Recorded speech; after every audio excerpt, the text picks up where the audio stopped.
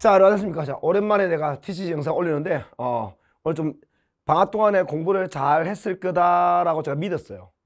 믿고, 지금 저번에 이제 2023학년도 1년 커리 계획을 올리고, 그동안 제가 쭉 참아서 기다려봤는데, 지금쯤이면 거의 2달 전에 가졌던 마음을 유지하는 학생이 거의 없지 않을까.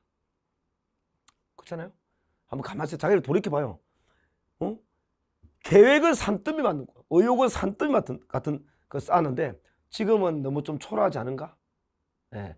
이제 이런 일을 계속 반복하면 안 돼요, 여러분. 큰일 납니다. 이제 얼마 안 남았다 때문에 또 여러분 이제 중간고사 시험도 봐야 될 거 아니야. 할 게 많아요. 그래서 제가 잠깐 여러분한테 여러분의 제일 큰 문제는 일단 비문학입니다. 문학도 물론 하겠죠. 근데 쌤이 이제 왜 비문학 하냐면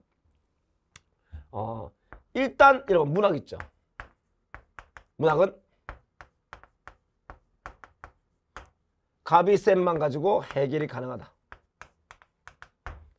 믿어도 돼요. 그거 할 필요 없습니다. 쌤 강의만으로 충분히 할 수 있습니다. 그리고 물론 강의를 들었다고 되는 게 아니라 듣고 이제 할 줄 방법을 배워야 되겠죠.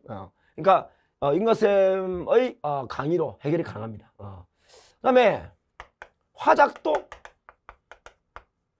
3주 정도의 강의로 해결이 가능합니다. 왜냐면 문학과 화작은요 거의 패턴이 정해져 있어요. 거의 패턴이 딱 정해져 있습니다. 물론 이제 문학은 조금 복잡하긴 하지만 가능합니다. 여러분이 이제 문학을 할 때 조금 이제 추가해야 될 겁니다. 이거는 인가쌤이 해결이 가능하지만 조금 더 중요도를 따져준다면 고전 시각 할 때 제일 중요합니다. 여러분 고전 시각 아예 못 읽어요. 그러니까 고전 시각은 읽었죠. 상충곡이다 했을 때 나 상충곡 내용 대충 알아 하는 것은 아무런 도움 안 돼요. 스스로 읽을 줄 알아야 됩니다. 그게 나오는 수많은 용어를 가면 어떡하냐? 아니, 문맥과 흐름으로 읽을 줄 알면 돼요. 완벽한 해석이 안 돼도 나름대로 그걸 읽을 줄 알아야 됩니다. 그렇지 않으면 정말 문제 못 풉니다. 수능에 나와 있는 고전시가 점수를 보면요, 별거 아닌 문제인데 정답률이 막 50%대가 되게 많아요. 너무 답답하죠. 너무 안타까워요. 그런 거는 전국의 학생이 반이 틀린 거 아니야. 쌤하고 강의하다 보면 내가 이야기합니다. 여러분, 이런 문제가 50%예요 하면 깜짝 놀랍니다. 별거 아닌 문제인데 정말 어렵지 않습니다. 자,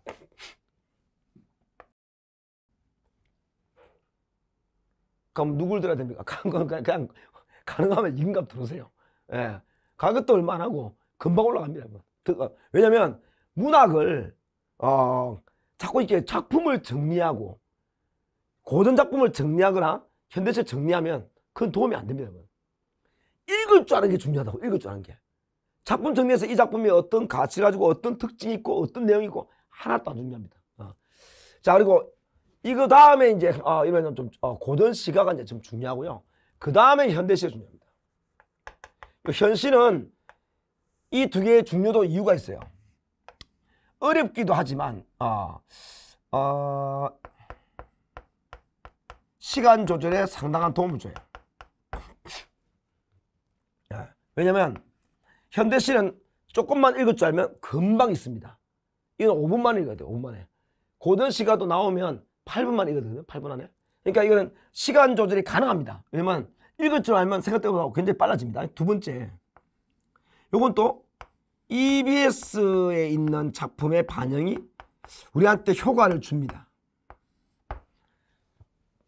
EBS 작품이 문제 푸는데 도움 별로 안 되거든요. 근데 현대시는 두 편 중에 하나는 반드시 나와요. 그리고 고전시가 같은 경우는 좀 잘려서 나오긴 하지만 어쨌든 고전시가는 읽을 줄 알면 도움됩니다. 그 다음 나머지 소설은 그 다음이에요. 그 다음은 그닥 안 중요합니다. 그 다음에 오히려 희곡 같은 게 더 중요하죠. 아무튼 문학은 화작, 그 다음에 세 번째 문법. 문법은 2단계로 공부하셔야 돼요. 첫 단계는 뭐냐면 일단 문법 안에 있는 개념을 이해해야 됩니다. 이건 기본이죠. 예. 군말하기 싫고 그냥 쌤 들으셔도 돼요. 효과 반드시 봅니다. 내가 장담할게요. 왜 이 말 하냐면 이제 더 이상 학생들을 그냥 방치할 수가 없는 것 같아요. 그냥 내가 괜히한테 미안한 것도 있고 해서 괜히 뭡니까? 그래, 뭐 알아서 잘 판단하세요. 이런 말을 하시면 안 될 것 같아요. 점수를 올려줘야 되겠다 생각이 좀 많이 들었습니다. 반드시 들으세요. 올라갑니다. 대신 이거는 반드시 문제풀이 하셔야 돼요. 문법은 계단식 학습이기 때문에 이 앞 계단을 잘 못하시면 올라가면 다시 미끄러집니다. 그러니까 앞부터 들을 때 어떻게 듣냐? 누적 반복 복습을 계속 들어야 됩니다. 그리고 이 문학도 쌤이 알려주면 쌤은 완전히 방법 중심이거든요. 쌤은 전부 다 방법입니다. 그러면 작품을 뭐 읽으면서 동시에 푸는 거 아니면 읽고 난 뒤에 푸는 거 순서가 다 있습니다. 복잡하지 않습니다, 여러분. 어차피 작품이 두 개 있으면 한 작품만 읽으면서 먼저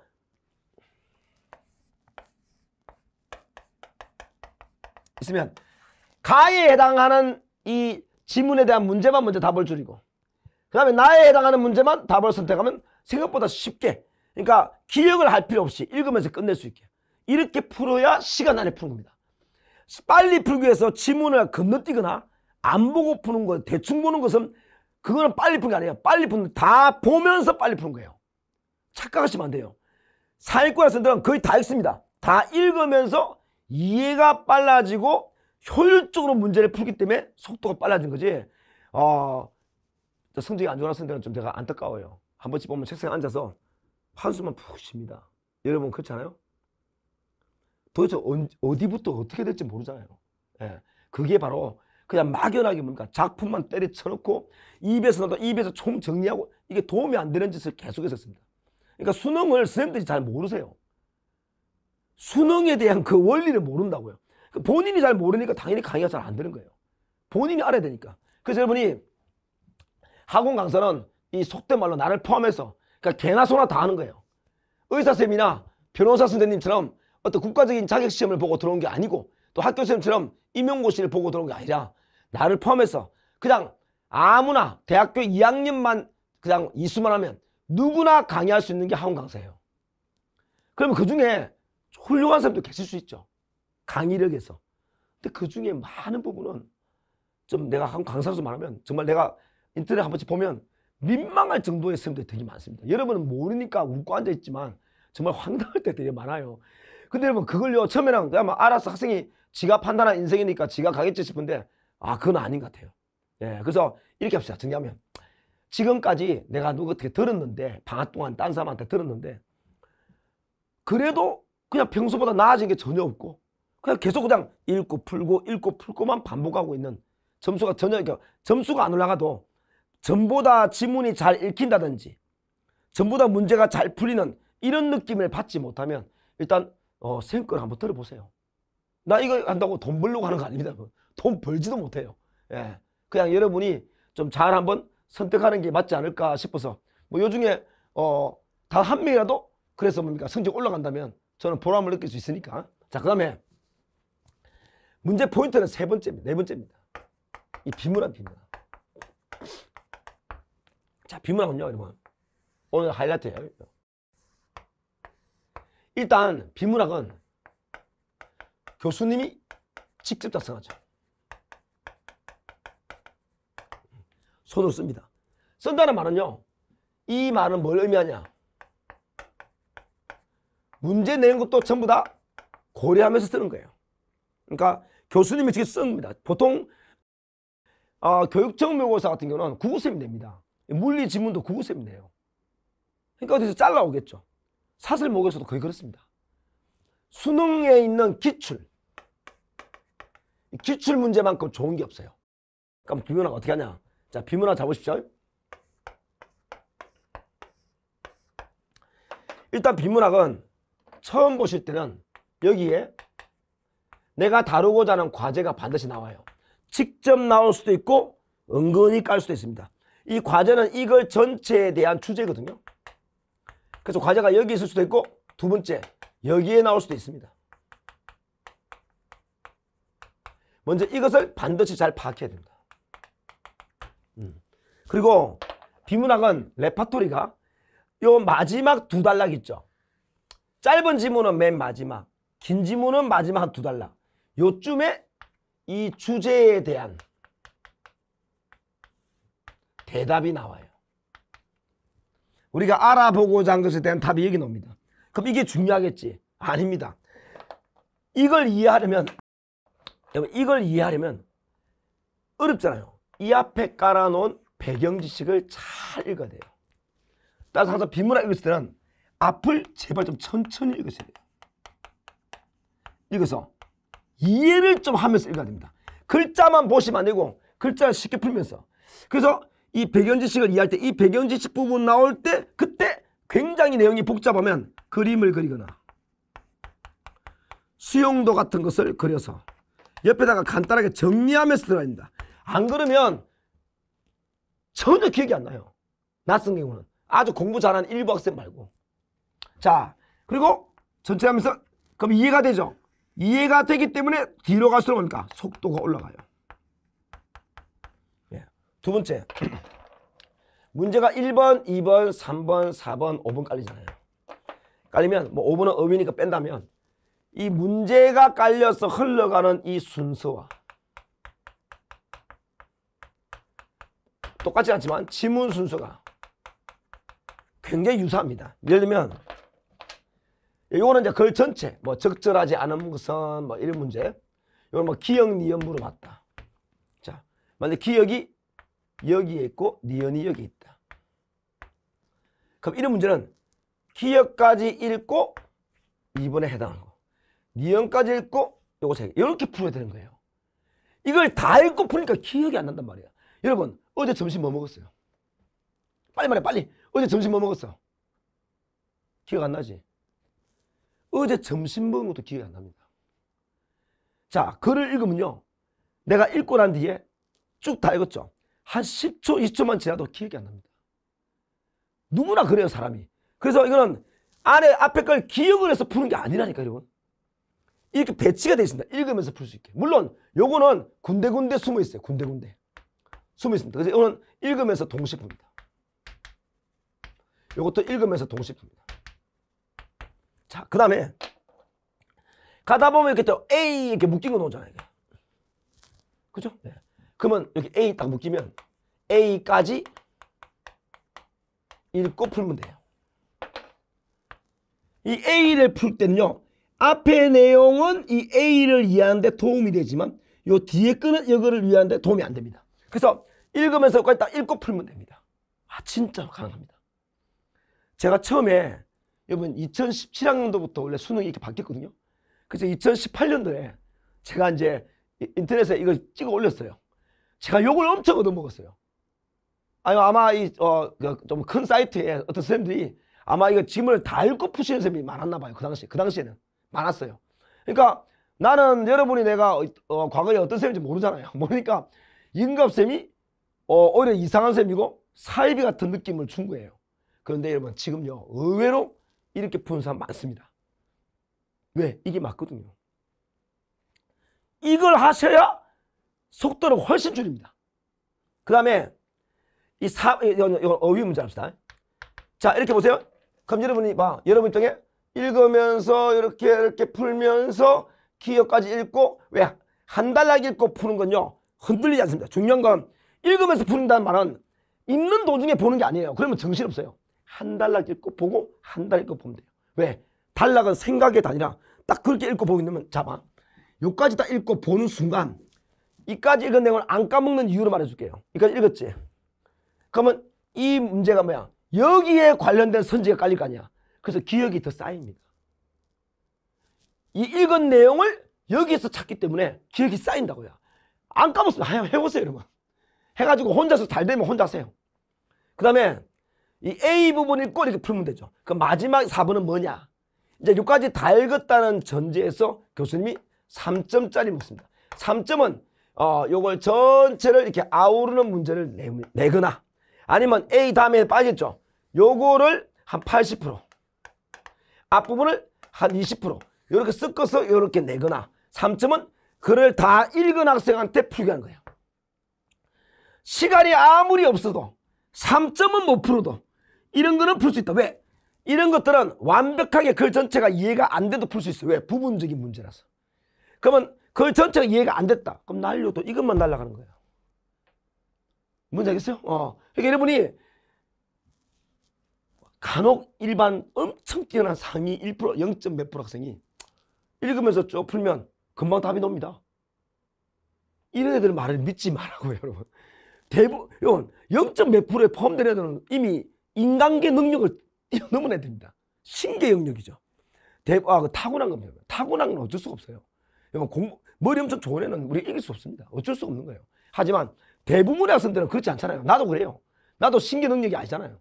대부분의 학생은 어떻게든 뭡니까? 내가 신은 아니지만 그 신에 가까이 다가가기 위한 어떠한 나름대로의 방법을 강구해야 되거든요. 그래서 이런 방법론이 굉장히 중요합니다. 수능은 이 시험 범위가 없잖아요. 시험 범위가 없는 시험을 문학 작품을 정리하고 비문학을 정리하고 고전문학 정리하고 이런 거 할 필요가 없습니다. 또 어떤 학생이 선생님 그처럼 두 번째 배경 지식이 너무 부족합니다. 요것도 이야기해 줄게요. 배경 지식은 진짜 부족할 수 있어요. 그래서 이번 자 보세요. 기출 지문을 완전 이해될 때까지. 자, 1번입니다. 수시로 반복해서 푸는 겁니다. 제일 좋은 거는 먼저 풀고 쌤하고 강의를 듣는 게 좋겠죠. 왜? 들으면 어떤 내용인지 뭡니까? 낱말 뜻 같은 거 알 수 있으니까. 뭐 쌤은 배경지식 설명 안 합니다. 안 합니다만은 그 배경지식을 교수가 주는 배경지식을 읽을 줄. 배경지식이 중요한 게 아니라 교수가 주는 배경지식을 읽을 줄 알아야 돼요. 그 안에 다 적혀 있습니다. 그러면 이것을 완전 이해될 때까지 반복을 자꾸 해주면 자주 반복해서 읽고 이해하면 자기도 모르게 기본적인 배경지식이 쌓여요. 그래서 공부를 할 때마다 계속 올라갑니다. 배경지식을 얻기 위해 따로 공부하는 건 제일 안 좋아요. 하지만 반복해서 공부하다 보니 쌓이는 배경지식은 굉장히 좋습니다. 네. 두 번째, 경제 제재 있죠. 이거는 기본 배경지식을 공부해야 됩니다. 기본 배지를 공부해야 됩니다. 그 이유가 뭐냐면 수능의 본질이 고등학교 1학년 때까지 배운 것은 안다는 전제 아래에서 내기 때문에 고1까지 학생들이 다 아는 것은 교수님이 설명을 안 하고 내는 경우가 많아요. 저번에 이런 게 나왔죠. 옛날에 지도에서 위도와 경도가 나온 적이 있었거든요. 그때 어떤 학생이 내한테 막 반박한 학생이 있어요. 쌤! 배경지식 필요 없다면서요. 위도와 경도 모르는 애가 뭐 어떻게 풉니까? 위도와 경도 모르는 건 틀려야지 어쩌겠어요. 왠지 아세요? 위도 경도는 초등학교 6학년하고 중학교 때 배웁니다. 그러면 여러분 잘 봐. 그런 중학교 때나 고1 때까지 모든 이미 배운 배경지식까지도 교수가 지문에 다 넣었다면 어떤 일이 벌어질까요? 지문이 너무 길어져요. 그러니까 나와 있다니까 매뉴얼에 고1까지 배경지식은 이미 안다는 전제 아래에서 내는 거예요. 그럼 어떻게 쌓냐? 경제제재라는 강의를 하면 제가 기본적인 어떤 그 배경지식 설명합니다. 아니면 다음에 내가 따로 한번 무료 한번 올려줄게. 그것도 한번 보세요. 예. 그래서 이거는 좀 알아야 되지만 나머지 과목 있죠. 뭐 과학이나 지금 과학에서 제가 부피, 중력 모릅니다. 중력도 그게 나와 있어요. 그럼 시간이 많이 걸립니다. 자꾸 읽어야 된다니까. 그래서 반복해서 계속, 그러니까 기출을 많이 푸는 게 아니라 푼 문제를 이해가 완전 될 때까지 반복해서 여러 번 풀어서 그 여러 번 풀면서 양이 많아져야 돼요. 즉 하나를 여러 번 풀면서 그 다음 거 풀고 또 여러 번 풀면서 그 다음 거 풀고 여러 번 이렇게 하면서 점점점 많아져서 많이 푸는 그런 방법을 해야지 무조건 기출을 풀고 있으면 올라간다. 아니, 기출 문제는 이미 시험에 나왔잖아. 푼다고 올라가는 게 아니라 교수가 낸 원리를 내가 알고 이해를 하고 그 문제도 뭡니까? 읽으면서 딱딱 풀면서 그게 익숙해지고 숙달될 때까지 풀어야 그 다음 문제를 풀 수 있는 거예요. 내신은 시험 방향이 딱 정해졌기 때문에 여러분이 이미 지문을 여러 번 이미 보았잖아요. 학교에서. 학교도 받고 문제집에 봤죠. 그래서 시험 문제 볼 때는 지문을 거의 안 읽고 본단 말이야. 그러니까 시간 안에 푸는 거죠. 수능은 태어나서 처음 보는 걸 본단 말이에요. 그래서 그만큼 어렵고 시간이 많이 걸리죠. 근데 의외로 처음에는 힘들지만 기출을 계속 반복해서 회독하지 말고요. 회독은 뭐 100페이지를 다 본 뒤에 다시 1페이지부터 이런 회독은 중요한 게 아니고 자 오늘 내가 요까지 공부했다. 그럼 다음에는 요까지 공부하고 그 다음에 요만큼 다음에 다시 요만큼 하고 다시 요만큼 다음에 요만큼 하고 요만큼 해서 한 지문이 5번 이상 반복될 수 있게. 횟수가 중요한 게 아니라 이해될 때까지. 이해가 안 되면 밥을 안 먹고도 밥 먹는 도중에도 고민, 걸어가면서도 생각, 짬짬이 해서 그게 뚫려야 됩니다. 뚫려서 그리고 뚫리고 나면 다음 지문 이렇게 해서 양이 늘어지게 되면 굉장히 잘하게 됩니다. 그런 뻔한 방법을 놔두고 계속 이상한 문제지만 계속 풀어 제끼니까 항상 제자리거든. 그래서 3월달 성적이 마지막 10월달까지 간단 말했죠. 그거 사실 맞습니다. 거의 맞아요. 3월이 수능하고 별 차이가 없어요. 왜? 똑같은 방법을 하니까 똑같은 점수가 나오죠. 올라가질 않잖아요. 왜? 시험 범위가 있으면 범위를 채우니까 성적이 올라가지만 수능은 범위가 없는 시험이기 때문에 방법이나 발상의 전환이 없으면 발전이 없어서 똑같단 말이야. 처음이나 마지막이. 그래서 한번 생각해봐. 그럼 3월 달에 시작할 때 내가 약간의 변화를 해줬다. 이런 방법을 시도하면서 연습을 했다. 그럼 이 처음에 약간의 변화가 수능 때 되면 이만큼 봐야 돼. 이게 중요해. 그래야 점수가 올라가는 거예요. 과거와 다를 바 없는 방식. 선생을 바꾸면 뭐합니까? 이 선생 저 선생 똑같은 방법으로 강의하고 있는데 그런 똑같은 방법으로 계속 반복을 하면 똑같은 점수가 나오게 됩니다. 물론 올라가는 데 있겠죠. 그 한두 명을 일반화시키지 마요. 그래서 여러분의 이쪽에서 변화를 주려면 이제 3월 달에 다시 심기일전에서 비문학의 변화를 좀 주셔야 돼요. 여러분이 마음이 흐트러졌을까봐 이야기하지만 비문학이 처음에 먼저 잡혀야 됩니다. 내가 3월 달에 비문학 강의하기 때문에 강의 소개하려고 찐 같죠? 아닙니다. 저는 3월 달에 기출회가 문학합니다. 비문학 강의는 이미 종합했었죠. 그래서 제가 한번 기회가 되면 샘플을 한번 올려줄까 생각합니다. 제가 이제 책에다 필기한 게 있거든요. 그걸 한번 딱 보여줘서 읽으면서 트랙을 보여주고 싶은데 그걸 내가 유튜브를 어떻게 찍어야 될지 몰라요. 방법을. 제가 찍는 것도 아니고 하니까. 그래서 제가 한번 좀 알아보고 좀 그런 게 한번 넣으면 한번 이렇게 화면에다가 찍어서 내가 이렇게 맞춰 나가는 걸 한번 보여줄까라는 생각을 하고 있습니다. 예. 하여튼 지금 내가 자세하게 말을 못해서 좀 안타깝습니다. 짧게 설명했는데 어쨌든 비문학을 특히 비문학을 볼 때는 막 풀다 보면 언젠가는 되겠지 이런 생각을 하시면 안 되고 일단 뭡니까? 제일 중요한 건 방법 다 빼고 이해가 돼야 됩니다. 이해가. 예.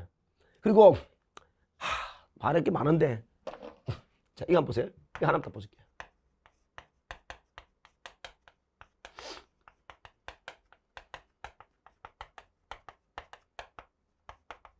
일단 내가 2개만 샘플 보여줄게.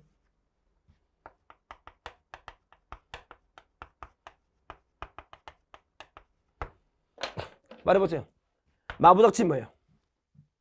딱 물어보면 애들이 합니다.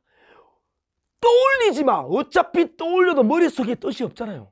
어차피 생각 못 하잖아요. 교수는 그걸 아는 거야. 마부작침이 어렵다는 걸. 여러분 앞에 설명돼 있잖아. 도끼를 갈아 바늘을 만든 이게 마부작침입니다. 이런 식으로 교수가 배경지식을 중간에 수시로 계속 넣어요. 문장이. 그럼 문장 길이가 짧아질까요? 길어질까요? 길어지죠. 그래서 애들이 당황하는 겁니다. 문장이 길어졌단 말은요. 어려워졌다는 게 아니라 교수님이 배경지식을 많이 넣어줬다는 거예요. 오히려 쉬운 거예요. 역발상하라. 역발상. 말을 많이 적어줄수록 쉬운 겁니다. 설명을 그만큼 많이 해주는 거예요. 그러니까 이런 걸 잘 활용한다. 두 번째, 뭐 X를 알아보기 위해 이런 말 나오죠. 딱 놓으면 X를 알아보기 위해 그러면 결국 알고 싶은 게 X잖아요. 그러면 요 뒤에는요 바로 X 이야기 나오지 않아요. X를 알아보기 위해서 먼저 Y에 대해서 먼저 알아보는 거죠. 쉽게 말하면 배경지식을 여기 깔아주는 거죠. 이 Y 이야기를 다 한 뒤에 뭐야? 그래서 X는 하고 들어가는 거예요. 이런 글의 흐름과 레파토리, 교수가 쓰는 패턴을 잘 알고 글을 읽어야지 그냥 마구잡이로 읽으면 안 된단 말이에요. 또 여러분 배경지식하고 이게 포인트죠. 그럼 요거하고 요거 중에 어느 게 중요해요? 이게 포인트예요. 이건 포인트가 아니고 이거를 위한 설명을 해준 거잖아요. 그러니까 읽을 때는 포인트와 포인트가 아닌 거에 위계 차이를 주면서 읽어야 되는데 똑같은 자격으로 읽으니까 이 글이 뭐에 대해서 말하는지도 모르고 뭐가 중요한지도 모르는 거야. 왜? 읽어대기만 하니까. 바꿔야 된다니까. 그렇게 안 바꾸면 안 올라갑니다, 여러분. 1년 그대로 날려먹어요. 근데 바꾸면요, 엄청 올라갑니다. 그 쌤은 4등급, 1등급, 5등급, 2등급 이런 경우가 되게 많아요. 그 이유가, 그건 정말 기분이 뿌듯하거든요. 4등급, 5등급이 2등급 된단 말은요, 1등급이 된단 말은 원래 2등급이 될 수 있는 학생인데 그 방법을 모르고 그냥 내신에서 옛날부터 하던 방법대로 계속 하는 바람에 못 올리는 바람에 4등급, 5등급 학생인 거예요. 제가 볼 때는 비문학 할 때 대부분 다 이 5등급 학생 많죠. 4, 5등급 학생 많을 거 아니야. 퍼센트로 따지면 이 4, 5등급이 머리가 나쁜 애들이 아닙니다. 본인이 자꾸 똘박이라 생각하죠. 아니라니까요. 방법을 몰라서 수업 습관과 태도가, 공부 태도가 잘 안 된 겁니다. 그 방법과 태도적인 이 소프트웨어적인 것만 잘하면 금방 바뀔 수 있는 건데 그걸 자꾸 안 한다니까요. 그걸 뭐 자기 스스로가 실력이 어차피 없다, 나는 잘 모른다, 안 될 것 같다, 자꾸 그런 생각을 하니까. 그리고 또 하나 있죠. 일반 쌤들이 정리해주잖아요. 정리해주면 아무 생각 없이 막 받아 적을 수 있잖아. 그게 만족한다니까. 그래서 필기된 거 보고 뿌듯해합니다. 하나도 안 놉니다, 시험에. 중요하지도 않고. 근데 임갑쌤은요, 방법을 알려주기 때문에 여러분이 방법을 들으면서 필기하지 않으면 필기된 게 없어요. 그게 애들이 뭐야? 듣고 나니까 남는 게 없네 그럽니다. 그래서 요즘 제가 현장 강의에 도저히 안 돼서 올해 처음으로 어떤 걸 도입했냐면 제가 그 필기를 미리 다 해놓습니다. 책에다가. 이 필기는 학교에서 정리하는 그런 필기 아니고요. 추론.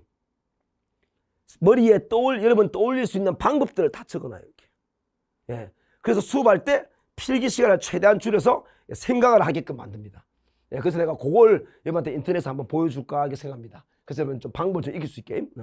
그러니까 이런 식으로 딱 나온다는 이 레파토리를 정말 잘 알고 있었어야 돼요. 그러니까 뭣도 모르고 그냥 마구잡이 만약에 X를 알아보기 위해 Y에 대해서 먼저란 말이 없다 해도 없다 합시다. 그럼 Y 넣으면요, Y가 X로 잘못하고 있다니까.